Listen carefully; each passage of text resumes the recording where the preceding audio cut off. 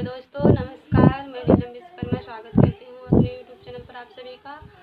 और हम आप सबको एक झूमर गीत सुनाएंगे। वीडियो अच्छा लगे तो चैनल को सब्सक्राइब कीजिएगा, लाइक कीजिएगा, कमेंट कीजिएगा और अपने दोस्तों के साथ में शेयर कीजिएगा।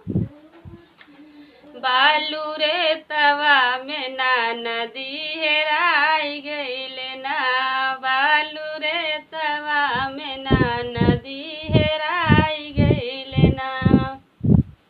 हेर तई ढूढ़त होई गई खाड़ी दोपहरिया, ससुर आई गईल ना, ससुर आई गईल ना।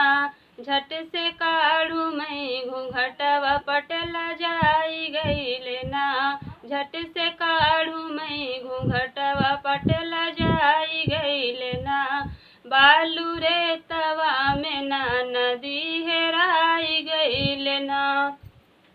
हेर तई ढूढ़त होई गई खाड़ी दोपहरिया, जेठ आई गईल ना, जेठ आई गईल ना। झट से राहिया बेराऊ पटला जाई गईल ना, झट से राहिया बेराऊ पटला जाई गईल ना।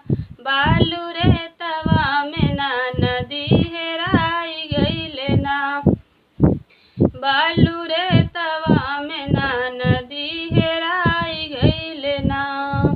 हेर तई ढूढ़त होई गई खाड़ी दोपहरिया, देवरू आई गईल ना, देवरू आई गईल ना।